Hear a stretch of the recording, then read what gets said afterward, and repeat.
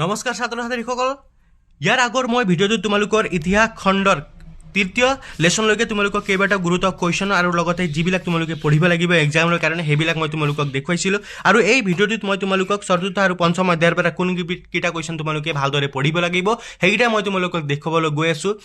আৰু লগতে মই তোমালোকক বেলেগ বেলেগ খণ্ডৰ যেনেদৰে তোমালোকৰ ৰাজনীতি খণ্ড আৰু লগতে অৰ্থনৈতিক খণ্ডৰো কেইবাটাও গুৰুত্বপূৰ্ণ ভূগোল খণ্ডৰো কেইবাটাও গুৰুত্বপূৰ্ণ কুৱেশ্যনবিলাক তোমালোকক দেখুৱাই যাম। সেইকাৰণে তোমালোকে আমাৰ চেনেলটো ছাবস্ক্ৰাইব কৰিবলৈ নাপাহৰিবা। এতিয়া আমি স্বদেশী আন্দোলন আৰু অসমৰ জাতীয় জাগৰণৰ লগতে ভাৰত আৰু উত্তৰ পূৰ্বাঞ্চলৰ সাংস্কৃতিক ঐতিহ্যৰ বিষয়ে কেইটামান গুৰুত্বপূৰ্ণ কুৱেশ্যনবিলাক চাবলৈ যাওঁ। ভিডিঅ'টো আৰম্ভ কৰোঁ।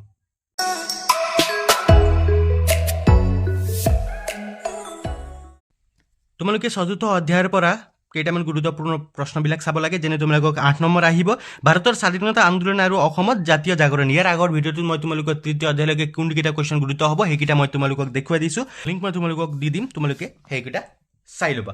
এতিয়া তোমালোকে কেইটামান গুৰুত্বপূৰ্ণ কুৱেশ্যন ইয়াৰ পৰা চাব লাগে, যিকেইটা হৈছে তোমালোকে জোনাকী যুগৰ বিষয়ে তোমালোকে ভালদৰে চাই যাবা, ত্ৰিমূৰ্তিৰ বিষয়ে তোমালোকে ভালদৰে চাই যাবা। আৰু অসম, ইয়াত এটা কুৱেশ্যন আহি যাব পাৰে তোমালোকে অসম ছাত্ৰ সন্মিলনে অসমৰ শিক্ষা সাহিত্য সংস্কৃতি গঢ়াত জাতীয় চেতনা গঢ়াত যথেষ্ট অৱদান আগবঢ়াইছিল। কেনেকুৱা অৱদান আগবঢ়াইছিল ইয়াৰ বিষয়ে তোমালোকে ইয়াত পাই যাবা, তোমালোকে সেইবিলাক ভালদৰে চাই ল'বা। ৰায়ত সভা ক'ত হৈছিল ইয়াৰ কুৱেশ্যন তোমালোকক MCQত সুধি দিব পাৰে, সেইকেইটা তোমালোকে ভালদৰে চাই ল'বা।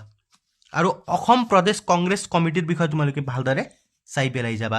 স্বদেশী আন্দোলন আৰু অসম, ইয়াৰ পৰা তোমালোকে MCQৰ কাৰণে এইটো পইণ্টকেইটা তোমালোকে পঢ়ি পেলাই যাবা। আৰু লগতে তোমালোকে অসমত অসহযোগ আন্দোলন আৰু অসম, ইয়াৰ পৰা তোমালোকে পঢ়িব লাগিব। আইন অমান্য আন্দোলন আৰু অসমৰ বিষয়ে তোমালোকে পঢ়িব লাগিব।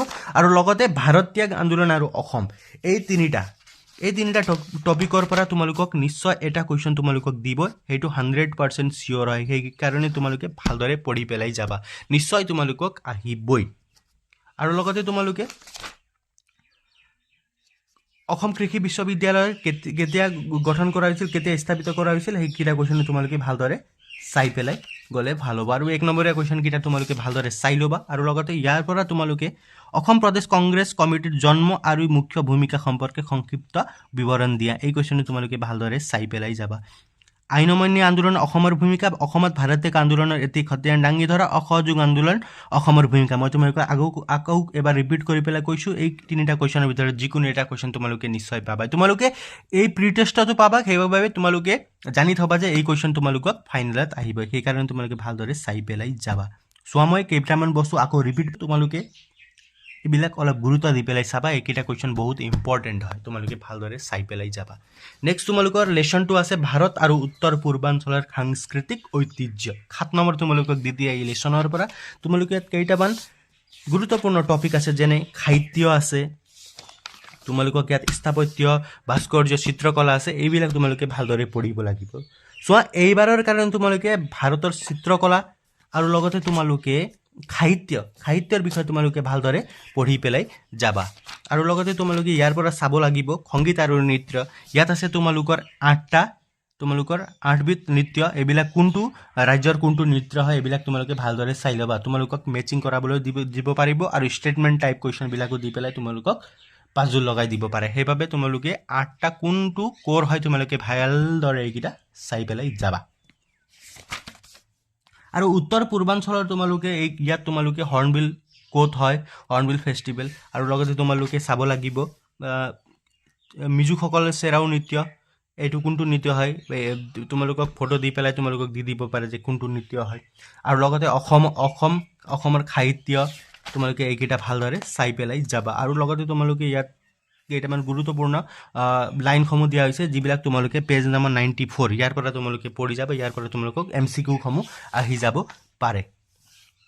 আৰু লগতে অসমৰ চিত্ৰকলা, অসমৰ ভাস্কৰ্য, এইবিলাক তোমালোকে ভালদৰে পঢ়ি পেলাই যাবা। ইয়াৰ পৰা নিশ্চয় তোমালোকক কুৱেশ্যন আহিব। আৰু লগতে তোমালোকে ইয়াৰ পৰা অনুশীলনীৰ পৰা অসমৰ ধৰ্মীয় বিবিধতা আৰু সংহতিৰ বিষয়ে লিখা, তোমালোকে পেজ নম্বৰ 106 পৰা 8 নম্বৰ কুৱেশ্যনটো ভালদৰে চাই পেলাই যাবা। আৰু লগতে তোমালোকক 10 নম্বৰ কুৱেশ্যন, লোক সংস্কৃতি অধ্যয়নৰ বাবে দৰাচলতে সমগ্ৰ সমাজখনে এখন কিতাপৰ দৰে, এই প্ৰসংগত তোমাৰ মন্তব্য আগবঢ়াওক। এই কুৱেশ্যনটো তোমালোকে এইবাৰ চাব পাৰা, এইটো অহাৰ চান্স আছে।